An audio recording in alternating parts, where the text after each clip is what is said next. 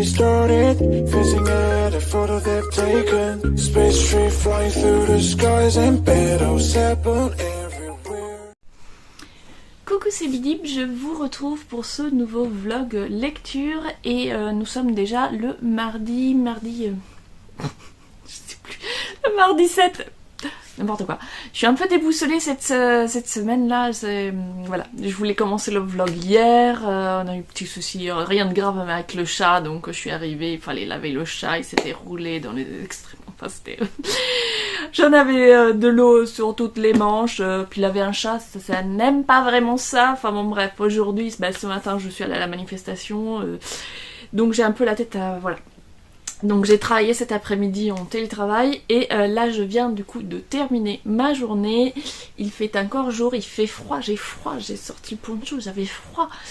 Ah, je suis fatiguée. Je sais pas si c'est peut-être la pleine lune là, mais alors je me suis réveillée, j'avais l'impression de revenir d'outre-tombe.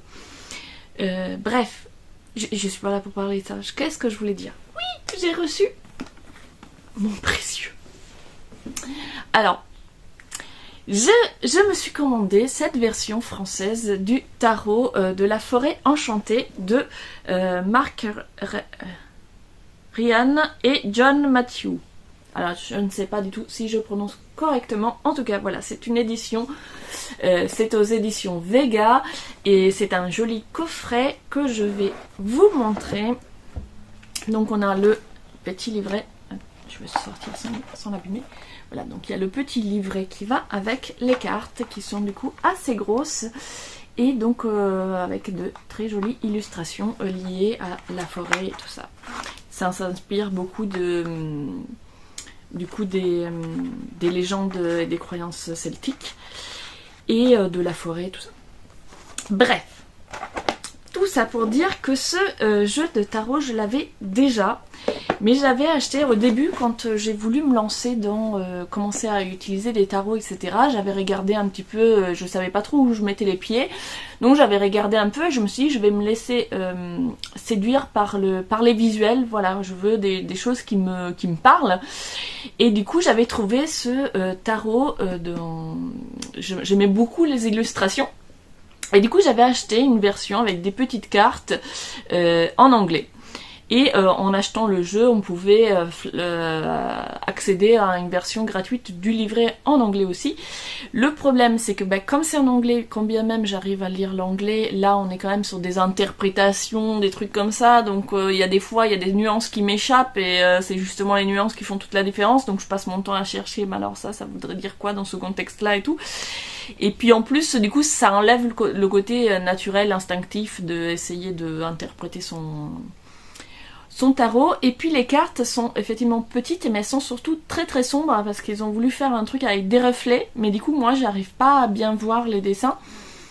Et comme par contre j'aime beaucoup ce jeu et qui me touche particulièrement, ben je me suis dit je vais investir dans donc le coffret qui était du coup plus cher que le petit jeu, mais les cartes sont plus grandes, elles sont claires, donc je vais pouvoir bien les voir et je vais aussi pouvoir lire le livret en français. Et du coup ça sera plus facile pour moi pour mieux appréhender chaque carte. Il y a des cartes qui sont transparentes, il y en a d'autres qui sont quand même un petit peu plus subtiles et du coup si on comprend pas bien le livret c'est compliqué d'arriver à interpréter, je vais y arriver. Voilà pour la petite réception. J'ai aussi commandé des aiguilles en même temps. Je m'étais commandé des aiguilles pour commencer un nouveau projet au tricot. Je pense d'ailleurs que je vais me faire un bon petit thé et que je vais m'installer pour commencer mon prochain projet tricot, puisque maintenant il me manquait les aiguilles. J'avais pu faire l'échantillon parce que j'avais l'aiguille de la bonne épaisseur pour faire l'échantillon, mais il faut commencer avec un col, avec une aiguille un peu plus petite que je n'avais pas. Donc voilà, mais tout ça je vous en reparle demain quand je ferai ma vidéo loisirs créatifs. J'avais envie de faire des trucs aussi en loisirs créatifs, mais là je crois je sais pas. Je suis fatiguée. J'ai complètement décalé.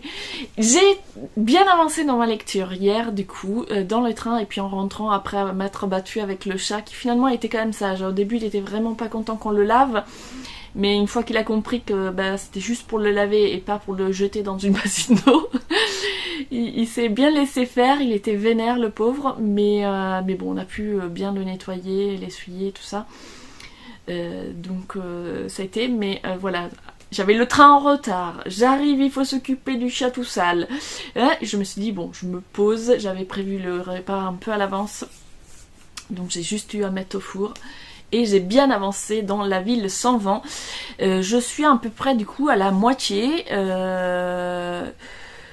J'aime beaucoup l'ambiance. Quand je le lis, je suis vraiment bien. Après, c'est vrai que ça prend vraiment, on en parlait avec Chilipou justement, il se passe des choses, mais c'est pas du genre de truc où on est en haleine, on veut savoir ce qui va se passer, etc. Parce que finalement, ce qui va se passer, on le voit venir, on sait déjà.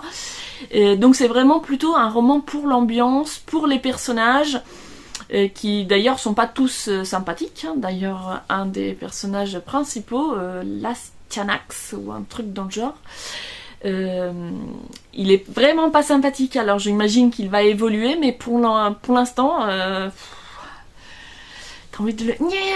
Tu vas être un petit peu plus sympa, toi. Mais du coup, voilà, on est vraiment dans l'ambiance, on est avec eux, j'adore.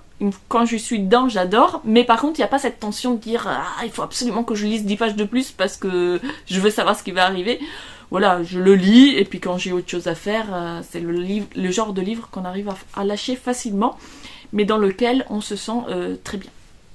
Voilà, c'était tout pour aujourd'hui. Je voulais commencer ce vlog avant que la semaine ne se finisse, même si j'avais pas grand chose à dire.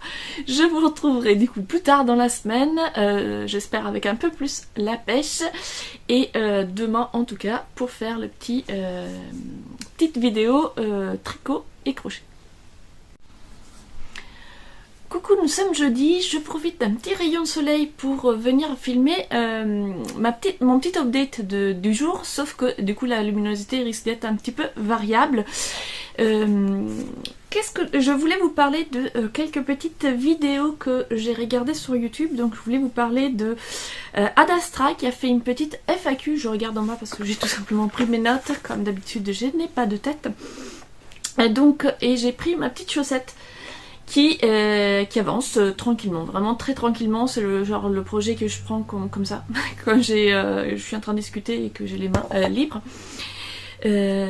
Donc ça n'avance, c'est toujours le premier pied, mais il me manque 1 cm je crois pour finir le pied, donc ça devrait aller. Donc j'ai regardé Adastra qui a fait une FAQ, c'était très sympa. J'ai ensuite regardé le vlog lecture des mots des autres, un vlog très agréable, c'est rigolo, j'aime beaucoup regarder ces vlogs, mais finalement on n'a pas du tout les mêmes lectures, et du coup ça me fait découvrir des choses que j'ai pas l'habitude de lire, et souvent elles me donnent envie. Et d'ailleurs, dans ce dernier vlog, elle présente rien à voir avec la lecture, mais elle a acheté un puzzle. Et moi, je viens aussi de recevoir des puzzles, et elle a acheté un tapis.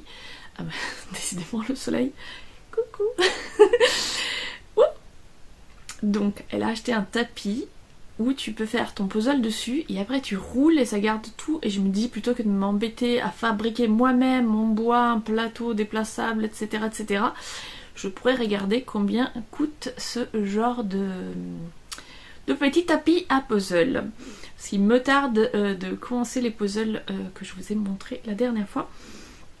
Ensuite, j'ai regardé quoi? Les mots de l'imaginaire, qui hier, donc nous étions le 8 mars, et elle a fait une vidéo spéciale autrice, plus particulièrement autrice de fantaisie française. Pour adultes, puisque souvent on retrouve pas mal d'autrices dans la fantasy pour la jeunesse, et du coup elle voulait mettre un petit peu l'emphase sur les autrices littérature fantasy adulte, que des autrices que je ne connaissais pas, à part Anne Besson, qui n'est pas tant une romancière mais plutôt une chercheuse, qui avait d'ailleurs proposé sur FunMook 2 MOOC, un dédié à la fantasy et un autre dédié à à la SF, que j'avais d'ailleurs suivi. Ce qui m'a fait tout drôle, c'est que je ne sais plus comment elle s'appelle, donc la personne qui tient la chaîne Les Mots de l'Imaginaire, mais qui disait avoir participé à ces MOOC, et elle était encore mineure, et moi j'avais l'impression que ces MOOC c'était l'année dernière, tu vois, donc ça m'a foutu un coup de vieux. Mais effectivement, quand j'y repense, c'était il y a longtemps. Faudrait que je les j'avais pris des notes et tout, faudrait que je regarde. Bref, et j'ai retenu le nom de Estelle Fay, je sais pas si je prononce bien, parmi toutes les autrices qu'elle présentait, c'est celle qui me tentait le plus. Donc je ne sais pas si vous l'avez lu, moi j'ai regardé sa bibliographie, je ne l'ai jamais lu. Voilà, si vous l'avez lu et que vous aimez, ou que vous aimez pas d'ailleurs, vous me dites en commentaire ce que vous en pensez, et si vous avez aimé, dites-moi quel livre me conseilleriez-vous. Sinon, on passe justement à la lecture avec un audio-livre que je suis en train d'écouter et dont j'avais complètement oublié de vous parler jusqu'à présent. Le sang de la cité de Guillaume, je regarde, Chamanjian. Je ne sais pas si je prononce bien, je vous mets comme d'habitude quelque part la petite couverture. C'est étrange. C'est vrai, j'ai pas trop l'habitude à chaque fois, enfin je dis j'en lis quelques-uns ou j'en écoute quelques-uns et à chaque fois je dis j'ai pas l'habitude de ce genre de lecture, à force je devrais m'habituer. Mais c'est vrai que j'en ai écouté quelques-uns, mais je me suis toujours pas habituée. En fait, on plonge directement dans le vif du sujet, donc on a là ici ça commence, celui-ci commence, on est directement dans la cité, on nous parle des dauphins et des tortues qui se battent les uns contre les autres, donc déjà moi j'étais là genre des tortues dans une cité qui se battent contre des dauphins, je comprenais rien, et en fait ce sont des familles dont le blason est une tortue ou un dauphin, et du coup déjà rien que ça, moi j'étais là genre je comprends rien, c'est quoi, c'est une cité sous la mer, c'est quoi ce délire? J'avais pris le truc au premier degré, j'avais pas capté que c'était des militaires, je trouvais ça très très étrange. Et donc voilà, ça commence avec cette guerre dont on connaît absolument pas ni les raisons, ni les causes, les aboutissements, ni rien de tout. Voilà, on arrive en plein milieu du massacre. Et puis... passer cette étape très rapidement, on va suivre un jeune homme qui est un des enfants qui a été trouvé dans un espèce de donjon captif pendant cette bataille. On ne sait pas qu'est-ce qu'ils foutaient là, pourquoi ils étaient prisonniers, qui ils sont, ni rien. Et on va suivre donc ce jeune homme qui a priori n'a pas l'air de savoir lui-même, qui est devenu apprenti chez un épicier et qui fait donc les commissions pour cet épicier, et petit à petit on va du coup découvrir un petit peu plus sur l'histoire de la cité, sur ce fameux conflit qui a ouvert, sur qui il est, pourquoi il était enfermé, etc.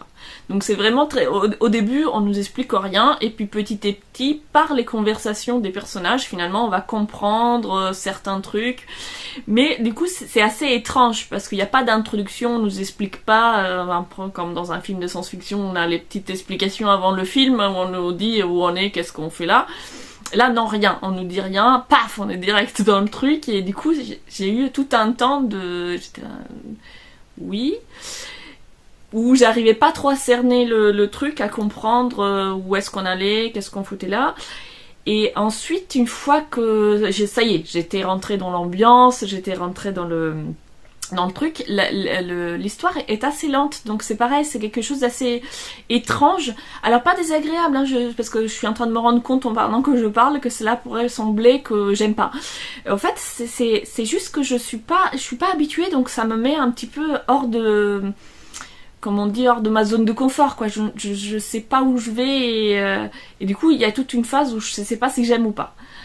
Et donc pour l'instant j'ai écouté à peu près un peu plus de 20%, et donc les 10 premiers pourcents j'étais vraiment pas convaincue, j'avais du mal.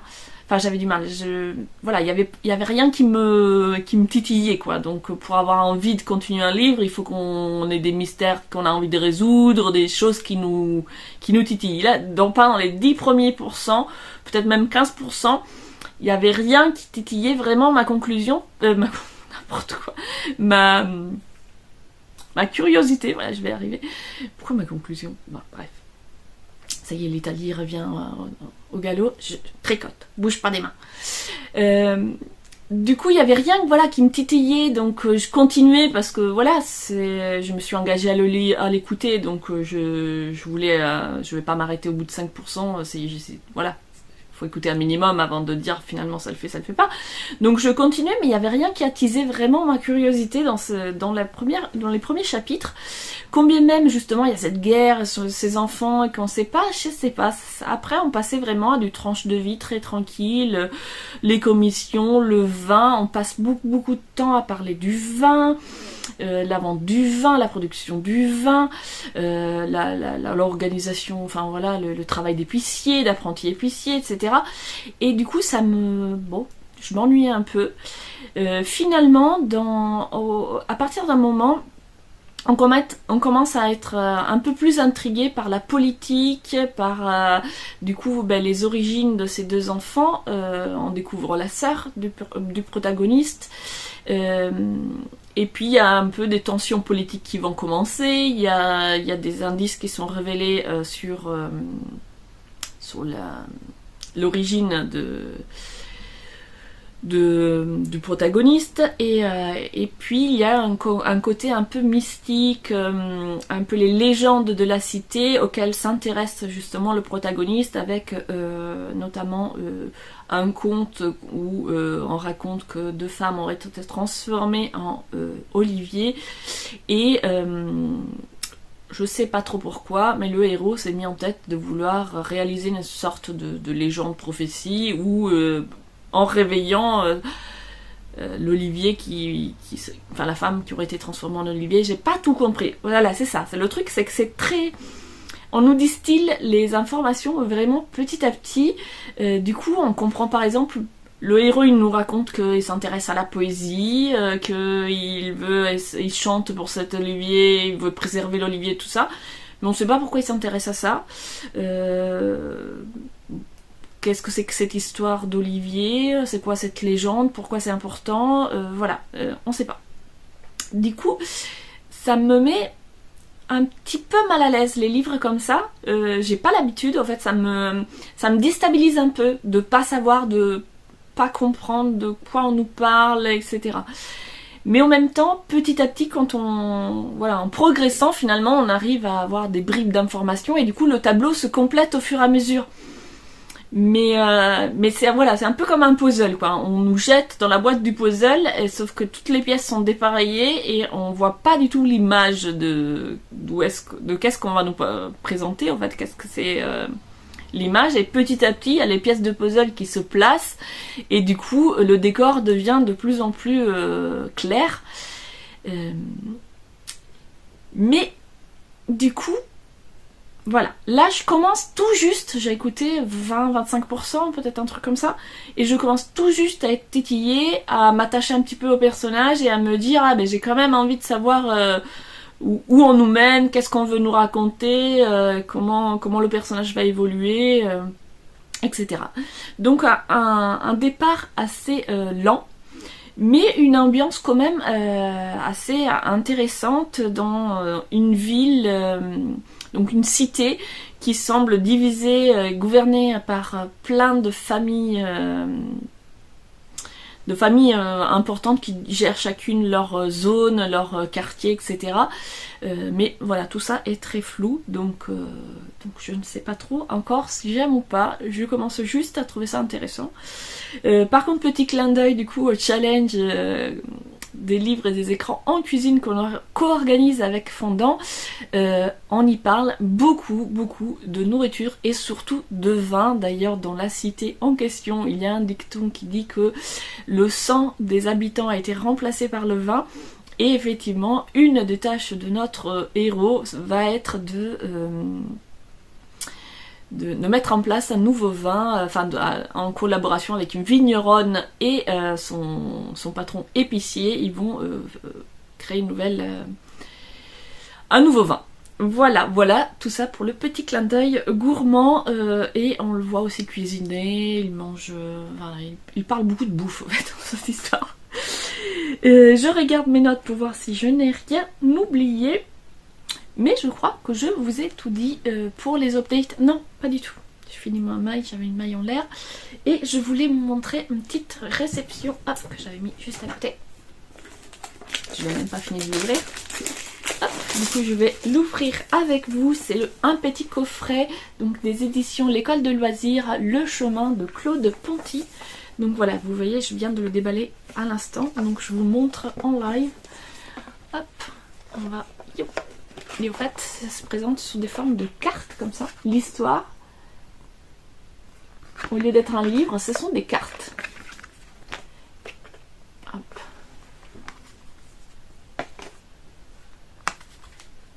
Voilà, voilà. Je vais essayer de les sortir. Hop.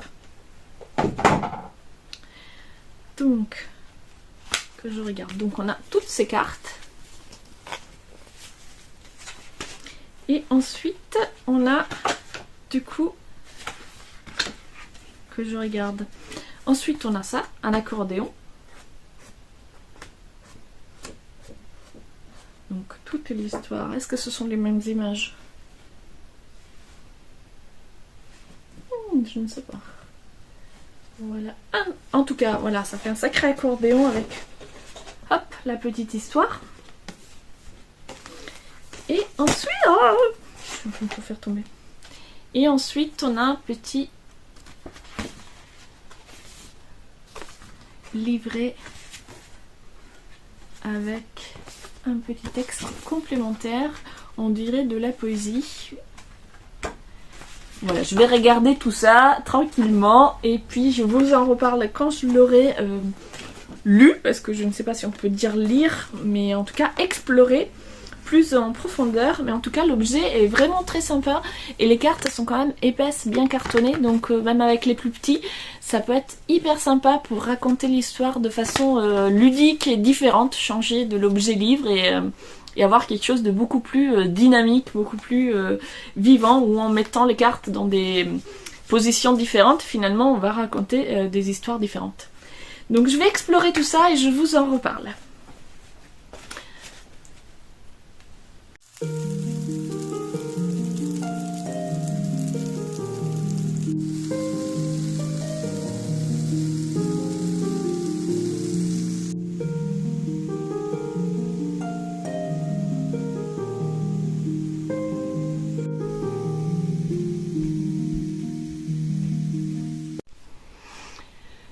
Nous sommes samedi et je vous retrouve pour faire un petit un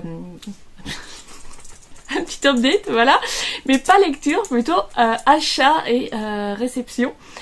Alors je commence avec un tout petit peu de laine, parce que bon quand même il faut toujours parler un petit peu de laine. J'ai trouvé ce vieux bocal à poisson dans mon bazar et je me suis dit je vais y mettre toutes les petites boulettes des projets en cours, etc. Et est-ce que j'ai commencé un nouveau projet alors que j'avance déjà pas assez vite sur mes projets? Bien sûr. Donc j'ai commencé à faire une memory blanquette. Donc c'est une couverture de restes. Alors j'ai fait mon tout premier carré avec des petits restes du pull à rayures. Voilà, j'avais des petites boulettes de laine qui restaient des fins de pelote. Et donc j'ai fait mon tout premier carré. Et puis hier, comme je suis allée faire un petit tour à Emmaüs avec une amie, j'ai pris plein de petits restes de couleurs de laine qui me plaisaient bien. Voilà, tout ça, ça m'a coûté 1,20 € je crois, un truc comme ça. Donc j'ai pris ce vert. Alors ce sont des fils très fins finalement par rapport aux aiguilles que j'ai choisi pour faire mes carrés. Donc je ne sais pas si je les double ou si je vais voir ce que ça donne. Ce que ça donne. En tout cas voilà, j'ai pris plein de petits restes de différentes matières. Voilà. De toute façon c'est vraiment des restes parce qu'il n'y a même pas d'étiquette quoi. C'est des demi-pelotes, des choses comme ça. Mais voilà, j'ai pris des petites couleurs qui me plaisaient bien et qui permettraient d'avancer la couverture en attendant d'avoir suffisamment de restes de mes futurs projets. Et donc voilà, j'ai tout mis dans ce bocal et ça va avancer tranquillement. Il va falloir que je me fasse un sac à projet pour la couverture en elle-même parce qu'elle va vite plus rentrer. Mais le bocal c'est pour les petites boulettes de laine au fur et à mesure que j'ai fini un projet ou qu'il me reste juste un petit fond pas assez pour, voilà, pour ce que je suis en train de faire. Hop, je la mettrai dans mon petit bocal et je viendrai y piocher les laines au fur et à mesure. Et sinon je voulais vous montrer donc des nouveaux livres qui ont rejoint ma bibliothèque. Je commence avec une réception. J'ai reçu Le Royaume des damnés. Et donc c'est une histoire de fantasy. Deux sœurs, un meurtre brutal, une vengeance qui déclenchera l'enfer, une romance enivrante.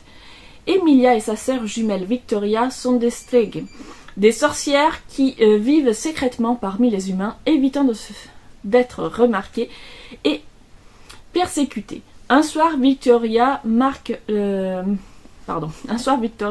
service du dîner dans le célèbre restaurant sicilien de sa famille. Peu après, Emilia découvre le corps de sa sœur bien-aimée, profanée au-delà de toute croyance. Dévastée, elle entreprend de retrouver le meurtrier de Victoria et de se venger à tout prix. Mais même si cela implique l'usage de la terrifiante et interdite magie noire. Elle rencontre alors Colère, l'un des princes des enfers, contre lequel elle a été mise en garde et dans les contes de son enfance. Colère prétend être du côté d'Emilia, chargée par son maître de résoudre les terribles séries de meurtres des sorcières qui ont eu lieu sur l'île. Mais quand il s'agit des damnés, les apparences sont souvent trompeuses. Alors évidemment, l'ambiance italienne me plaisait bien. On parle de sorcières, de magie, tout ça, ça me séduit évidemment. Alors c'est traduit, ça se passe en Sicile et tout ça, mais c'est traduit de l'anglais des États-Unis. Donc c'est pas un... Kerry Maniscalco, ouais, son nom, ça aurait pu être... Mais non, c'est donc... Kerry, je ne sais pas si ça doit être une femme ou un homme, j'en sais rien, mais enfin en tout cas c'est un auteur ou une autrice américain. Donc tout m'attire dans ce roman, sauf romance enivrante. Cet aspect-là, évidemment,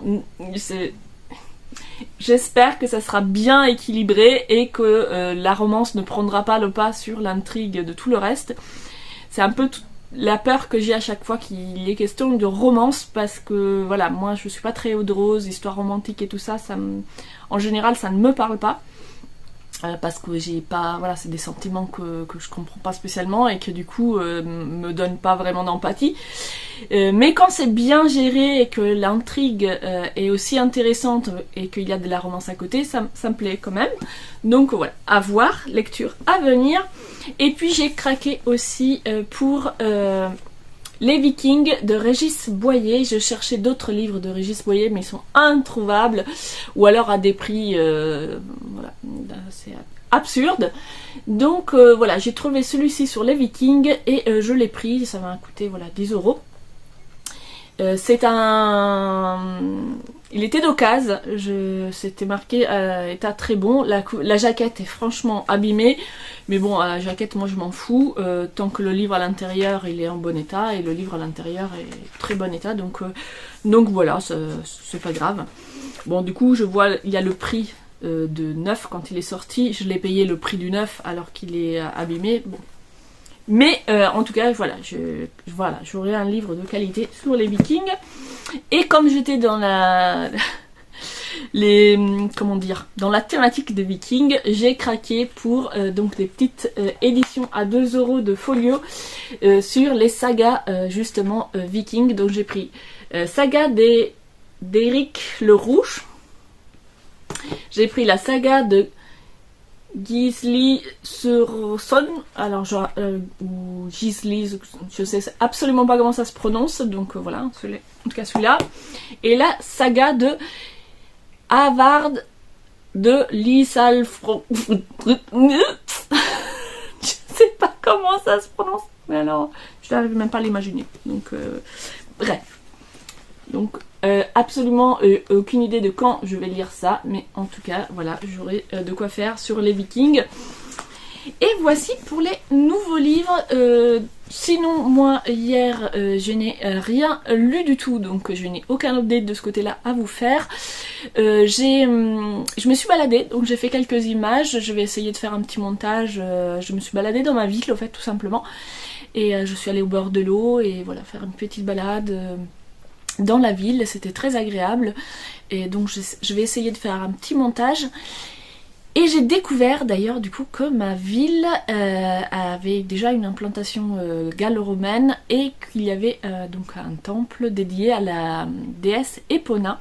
Et que donc dans les travaux de rénovation, ils ont déterré une sculpture de la déesse Epona et c'était très sympa parce que je suis passée devant l'office de tourisme, du coup comme je sais qu'il y a souvent des expos, là il n'y avait pas d'expo temporaire, mais par contre du coup j'en ai profité pour regarder, il y a une petite expo permanente sur l'histoire de la ville et du marais. Et du coup voilà, j'ai découvert cette fameuse déesse Epona, donc voilà, c'était sympa. Et ensuite, que voulais-je dire? Je ne sais plus. Ah oui, j'ai petite update série TV, j'ai regardé donc le dernier épisode disponible de Last of Us. Et on se faisait la remarque avec mon chéri, avec qui je regarde la série, donc que finalement dans cette série où le principe, enfin c'est tiré d'un jeu vidéo. Moi je joue pas aux jeux vidéo, mais mon chéri a joué à ce jeu, donc je connaissais un peu l'histoire. Et en fait c'est le principe, pour ceux qui ne connaissent pas, c'est que il y a une maladie qui s'est répandue sur la Terre et qui transforme les êtres humains en zombies champignons, puisque c'est un champignon qui infecte les êtres humains et les transforme ensuite en espèces de zombies. Donc moi j'aime pas trop les histoires de zombies, donc en commençant la série j'avais un petit peu peur, et au fait on a quelques zombies au début, et après il n'y a plus de zombies du tout, et au fait le danger de la série c'est même pas les zombies, c'est les êtres humains. Et on se dit mais attends, la population a été décimée, il y a presque plus d'êtres humains, et les peu qui restent, ben, ils sont trop tus.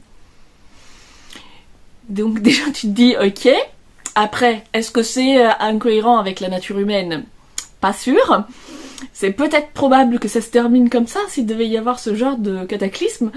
Par contre, il y a un aspect qui moi me convainc pas du tout, et que j'avais d'ailleurs trouvé dans d'autres séries un peu apocalyptiques, mais où ça se tenait un petit peu plus. Parce que là, le principe c'est que les humains sont transformés en zombies, et du coup il y a de moins en moins d'humains. Sauf que les espèces de zombies n'attaquent que les autres humains, n'attaquent pas les autres animaux. Donc, en théorie, si tu détruis les 2/3 de l'humanité, il devrait y avoir des animaux partout. Donc les gens ont faim, et il devrait y avoir des animaux partout pour bouffer, et ils deviennent cannibales. T'as envie de te dire, le seul animal qui est difficile à trouver, c'est l'être humain, pourquoi tu te fais chier à devenir cannibale? Chasse les cerfs. Enfin, moi j'ai trouvé ça pas logique, dans un monde où l'être humain est devenu rare, de mettre des méchants cannibales. Je trouve ça absurde, d'autant plus que par conséquence naturelle des choses, si t'as plus d'êtres humains, t'as forcément beaucoup plus d'animaux et donc beaucoup de ressources alimentaires. Voilà, donc petit aparté critique sur les séries post-apocalyptiques qui rajoutent des trucs un peu dramatiques qui m'énervent. Mais sinon, c'est une très bonne série, les acteurs sont bons, il y a une bonne tension, etc. Après, c'est le côté apocalyptique où je suis pas toujours... voilà, je trouve que ça tient pas toujours la route. Mais la série et le jeu d'acteur est très, très sympa. Après, là, c'est vraiment, ils donnent un épisode par semaine, et en fait, moi, j'aime pas ça. Je préfère attendre qu'il y ait plusieurs épisodes, parce qu'un épisode, ça suffit pas, je trouve, c'est trop court. Du coup, tu perds le fil, t'es pas suffisant. Je pense qu'il faut au moins 2 épisodes par session pour être vraiment dedans, et là je trouve qu'à chaque semaine on est là genre c'est quoi déjà. donc je trouve ça un peu dommage, je préfère attendre. Je pense que la prochaine fois qu'il y a une série comme ça qui m'intéresse, j'attendrai que plusieurs épisodes soient sortis avant de la commencer, de façon à pouvoir en regarder au moins 2 à la fois. Voilà pour la petite aparté TV, et je vous ai dit tout ce que j'avais à dire pour aujourd'hui.